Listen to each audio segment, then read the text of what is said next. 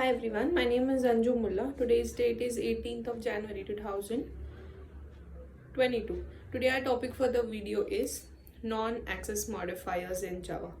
Non-access modifiers are abstract, static, final, uh, synchronized, strict FP, then the volatile, then transist, and modifier. All of these are maybe the non-access modifiers in Java. So in this video we'll see one by one these modifiers. So number one, the abstract modifier. Abstract is a modifier, also a keyword. Abstract can be the method, abstract can be the class.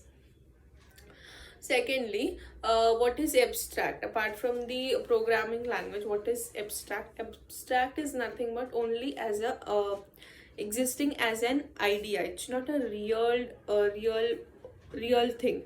It's not a physical thing. It's only exist as an idea. So the abstract can be used with method, abstract can be used with classes.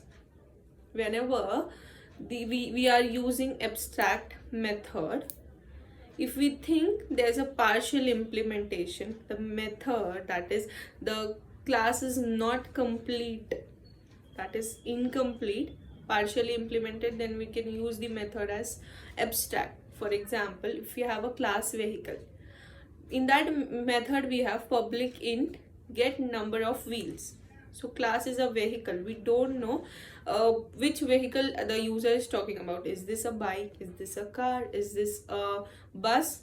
Because every vehicle can have a different number of wheels, right? So we don't know about the implementation. So the method, abstract method, is only about the declaration. It's not about the implementation. Abstract method does not contain any body. The abstract method, the child class is responsible for the implementation. Okay, whenever we declare method as abstract, so we have to declare the semicolon at the end of the method ending. Also, if there is one method as abstract, we need to declare class as abstract, because one method is containing as abstract, so we have to declare class as abstract. If we'll create class as abstract, we cannot create object of it, because we cannot instantiate it. Why we cannot instantiate it? Because we have been said that it's an incomplete behavior of the class. That's what we are making method as abstract, classes as abstract. Can we make the class is abstract if there is no method contained? There's not, if there's non-abstract method, can we create class as abstract? Of course create, because if the normal method body, that is public void m1, public void m2, m1 and m2 doesn't contain anything. So if user will create an object for the same, user will not get anything, because it doesn't contain any implementation in that method. So instead of creating an object, best way, make the class as abstract, so no one can create an object of it. Then yeah, this is all about abstract. Coming to the static, the static can be the static keyword or a modifier, can be used with variables, can be used with method, can be used with a block, static block, and can be used with a nested classes. Static variable, if we declare any method variable as static, it refers the all common properties of an object. That for example, if we have a company class, okay, we have been made a constructor in main method, we are trying to the instance variables are string name, employee ID, employee company name. Here every time whenever we create the class object, every time the company name would be same for each employee, right?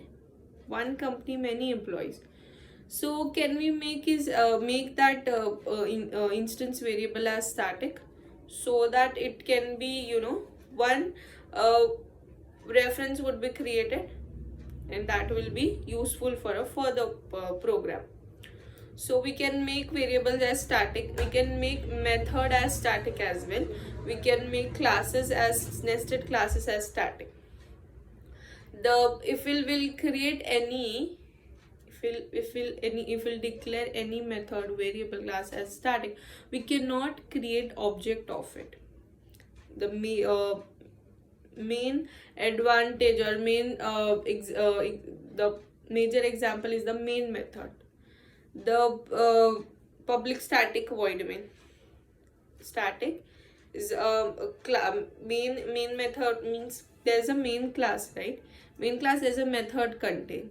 So static, we are not creating an object internally. Object is created and everything is doing internally. So it's all about the static. Coming to the final is also a modifier, you can say keyword. Final can be used with variables, can be used with method, can be used with the class.